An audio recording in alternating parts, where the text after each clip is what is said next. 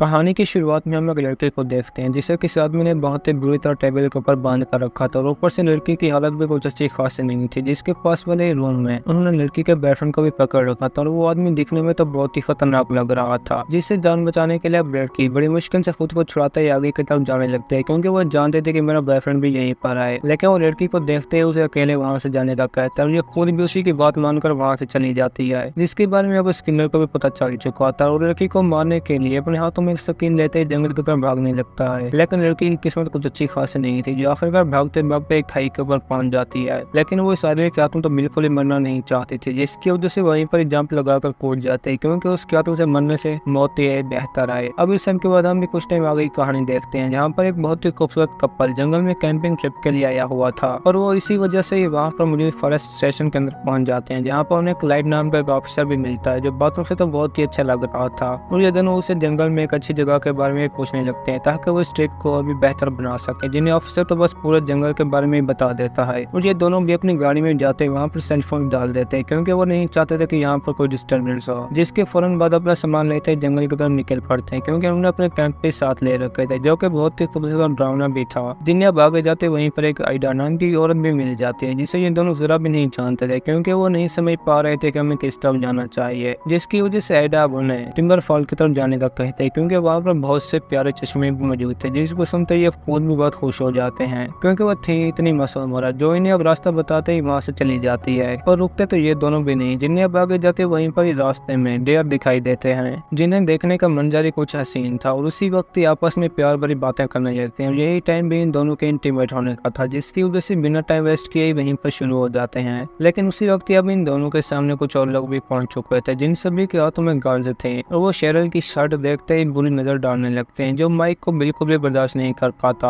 क्योंकि वो शेरल से बहुत ही प्यार करता था। जिसके बाद दोनों वहीं पर ही भागने की बहुत कोशिश करते हैं, लेकिन इस सबसे काम नहीं बनता, क्योंकि वो लोग तादाद में बहुत ज्यादा था, जो अब इन्हें वहीं पर ही अपनी बनाई हुई अल्कोहल खरीदने का कहते हैं, जिसको सुनकर माइक भी मान जाता है, क्योंकि इस बार ये भी वहाँ से चले जाएंगे। जिन्हें पैसे देने के लिए वो अपने बैग से जो ही पर्स की बजाय गन निकालने लगता है, तो शेरल उसे मना कर देते, क्योंकि वो कोई भी खून खराबा नहीं चाहती थी। जिसकी बात मानकर अब माइक भी उन्हें पैसे दे देता है, जिन्हें लेते वो सभी दोस्त भी वहाँ से चले जाते हैं और ये दोनों भी आखिरकार एक खूबसूरत झरने के करीब पहुंच जाते हैं, जिन्हें ये मंजर बहुत ही हसीन लग रहा था, क्योंकि शेरल पहले से ही माइक के ऊपर गुस्सा थे, जो जरा भी नहीं चाहते थे कि माइक यहाँ पर गाने ले आए और वो अब कैंप लगाने के बारे में सोच रहे थे, जिनकी ये मुश्किल भी अब वहीं पर क्लाइड आता ही आसान कर देता है, क्योंकि इन रात भी गुजारनी थी। जिन दोनों को क्लाइड वहीं पर एक ब्यूटीफुल जगह के बारे में बताता है, जहाँ पर पहुंचते ही इन दोनों के होश ही उड़ जाते हैं, क्योंकि वो प्लेस थी इतनी खूबसूरत, जिसे देखने के बाद अब ये दोनों भी वहीं पर कैंप लगा देते हैं और रात होते खुश भी बहुत थे, क्योंकि अब शेरल माइक के साथ अपनी रात स्पेंड करना चाहते थे, जिसके लिए वो उसे बाहर की बजाय अंदर ले जाती है, जहाँ पर जाते दोनों ही मजे लेने के लिए शुरू हो जाते हैं। जिन्हें वहीं पर अब बाहर ठहरा कुछ देख भी रहा था, लेकिन ये दोनों उसके बारे में जरा भी नहीं जानते थे कि वो कौन है। और आखिर में शेरल खुद भी माइक से इंटीमेट होने के बाद शादी का कहती है, जो सुनते वो गुस्से में ही आ जाता है। माइक को बाहर जाता देखते शेरल खुद भी परेशान थे, क्योंकि वो नहीं चाहता तो कि हम बहुत जल्दी शादी करें, जिसकी वजह से सुबह होते ही वहीं पर एक नदी किनारे नहाने लगती है, जिसके पीछे अब वहीं पर एक और आदमी भी था, जो शेरल के पानी से बाहर आने के बाद उसे वहीं पर पकड़ कर अपने साथ ले जाता है, जिसके बारे में माइक को जरा भी पता नहीं था कि शेरल इस वक्त कहाँ पर मौजूद है। और उसी वक्त ही अपनी नींद से जागते शेरल को ढूंढने लगता है, लेकिन वो उसे कहीं पर भी नहीं मिल रही थी, जो अब वहीं पर इस शेरल को ढूंढने के चक्कर में गिरते जख्मी भी हो जाता है और आखिर में तो आगे जाते वहीं पर एक मरे हुए डेर को देखने के बाद होश ही उड़ जाते हैं, जिसे देखने के चक्कर में अब माइक खुद भी किसी चीज को देखे बगैर एक ट्रैप के अंदर फंस जाता है, जिससे बाहर निकलना तो बहुत ही मुश्किल था। और वो उसी वक्त बेहोश होने से पहले दोबारा आइडा को अपने सामने देखता है, जो होश में होने के बाद था ही कुछ अजीब हालत में, क्योंकि आइडा ने माइक के जख्म की मरहम पट्टी भी कर दी थी और ऊपर से वो माइक के पूरे नाम के बारे में भी जानते थे, जिसे सिर्फ ग्रैंड माई ऐसे नाम से पुकारते थे। और वो माइक का ख्याल भी अच्छे तरीके से कर रही थी, जो ये देखते ही हैरान हो गया था, क्योंकि वो नहीं समझ पा रहा था कि आइडा मेरा इतना ख्याल क्यों कर रही है। जो आखिर में तो उसकी चाल ही जान जाता है, क्योंकि अब जंगल में मिलने वाले लड़के भी उसी घर पहुंच चुके थे, जिन्हें आइडा माइक के कहते ही वापस भेज देते कि वो यहाँ पर नहीं है, क्योंकि वो खुद भी शेरल को ही ढूंढ रहे थे। जो आइडा के वापस आने के बाद उस पर गुस्सा भी होने लगता है, क्योंकि रास्ते में किसी ने उसका वैलेट भी चुरा लिया था, जिसके बाद वहीं पर ही भागकर जाने लगता है, जिसे आइडा रोकने की बहुत कोशिश करते हैं, लेकिन माइक भी रुकने वाला नहीं था, जो आखिरकार तो उसे वहीं पर ही बेहोश करते फोन पर मदद मांगने लगता है, जिसे अचानक से नीचे एक डोर भी मिल ही जाता है, जिसके अंदर जाते हुए एक बेसमेंट में पहुंच जाता है, जहाँ पर उसे कुछ अनबॉर्न बेबी फ्रॉक्स के अंदर दिखाई देते हैं, जो मंजर ही बहुत डरावना था। और वो उसी वक्त ही दूसरे रूम में जाते शेरल के पास भी पहुंच जाता है, जिसे उन लोगों ने पकड़ कर बांध रखा था। वो थी बहुत डरी हुई क्योंकि वो किलर भी बस आने वाला ही था, जिसकी वजह से माइक उसे छोड़ते नेक के साथ लड़ने लगता है, जो था बहुत ही डरावनी हालत में। लेकिन ये भी रुकने वाले नहीं था, जो आखिर में माइक को लड़ता देखते हैमर के साथ वहीं पर ही मारकर बेहोश कर देता है, जिसका फायदा उठाकर शेरल भी भागने लगती है क्योंकि वो जान भी बचाना चाहते थे, क्योंकि नेक का भी उसके पीछे लगा हुआ था, जो आखिरकार रोड पर भी पहुंच जाती है, जिसे अपने सामने एक गाड़ी भी देखी जाती है जहाँ पर कोई और नहीं बल्कि क्लाइड खुद ही था, जिसे शेरल देखते ही अपने बारे में सब कुछ बता देते कि हमारे साथ क्या होने वाला है। लेकिन जल्द ही जान जाती है कि वो दोनों एक साथ ही मिले हुए हैं और आखिर में तो उसे वहीं पर बेहोश कर देता है, जो होश में आने के बाद खुद को चेयर के साथ बंधा हुआ देखते ही और भी डर जाती है क्योंकि आयडा तो अब बहुत ही खुश थी, जो आखिरकार दोनों को एक साथ लेते ही वहीं पर शादी भी करने लगते हैं, क्योंकि पहले वो बगैर शादी के थे। जब उनकी बात मान भी जाते हैं, लेकिन इस सब के बाद शादी हो तो दोनों को एक दूसरे से अलग कर दिया जाता है, जहाँ पर अब हमें इन लोगों का पता चल जाता है कि वो माइक और शेरल के साथ क्या करने वाले हैं। जिसके बाद क्लाइड अब माइक के पास आते हैं, उसे अपने बारे में बताने लगता है क्योंकि आयडा और क्लाइड बिल्कुल भी बच्चे पैदा नहीं कर सकते, जो अब इन दोनों को एक साथ इंटीमेट होने के बाद बेबी बॉर्न करने का कह रहे थे, ताकि वो इन दोनों से पैदा होने वाले बच्चे को अडॉप्ट करने, और वो इस सब के बाद इन दोनों को भी मारने वाले थे। और दूसरी तरफ नेक खुद भी शेरल के पास जाते हैं, उसे टॉर्चर करने लगती है, जो आयडा देखते हैं उसे बड़ी खामोशी के साथ बाहर निकाल देते हैं क्योंकि अब समझाने की बारी शेरल की थी, जिसे वो खुद भी माइक की तरह समझाने लगती है कि वो हमारे लिए एक बच्चा पैदा कर दे ताकि हम उसे पाल कर जवान कर सकें, जो मानने वाले तो बिल्कुल भी नहीं थे क्योंकि ऐसा कर पाना भी उन लोगों के लिए बहुत मुश्किल था। जिसके बाद कुछ टाइम गुजरते ही इन्हें साथ लाकर एक रूम में बंद भी कर देते हैं ताकि वो अकेले हमारे कहने पर काम कर सकें, और इन्हें रूम में अकेला छोड़ते बाहर भी चले जाते हैं। लेकिन ये दोनों भी उन लोगों के कहने पर इंटीमेट होने वाले नहीं थे, जो सुबह होने के बाद एडा पहुंचते चेक भी करने लगती है, लेकिन उन्होंने काम भी कुछ नहीं किया था, जिसकी वजह से एडा जानते वो गुस्से में आ जाती है और वो उसे एक माइक को बांधते टॉर्चर भी करने लगते हैं। और दूसरी तरफ शेरल का अपना भी यही हाल था, जिसे एडा अपना काम पूरा न करने पर बहुत तकलीफ देने के साथ साथ एक उंगली भी काट देती है, क्योंकि अगर उन्होंने ऐसा न किया तो वो इन्हें मार देंगे। और इसी के साथ क्लाइड खुद भी बाहर निकलकर माइक की गाड़ी नदी में फेंक देता है ताकि किसी और को भी इनके बारे में पता ना चले, और वो दोबारा से भी इन दोनों को एक साथ रूम में ला करते बाहर चले जाते हैं, जहाँ पर अब शेरल तो माइक से इनकी बात मानने का भी कहती है कि वो बस इंटीमेट हो ही जाए, लेकिन माइक ऐसा करने से मना कर देता है क्योंकि अगर उन्होंने ऐसा किया तो वो बच्चे के बाद इन्हें भी मार देंगे, क्योंकि अब पुलिस अफसर भी स्टेशन पर पहुंच चुके थे,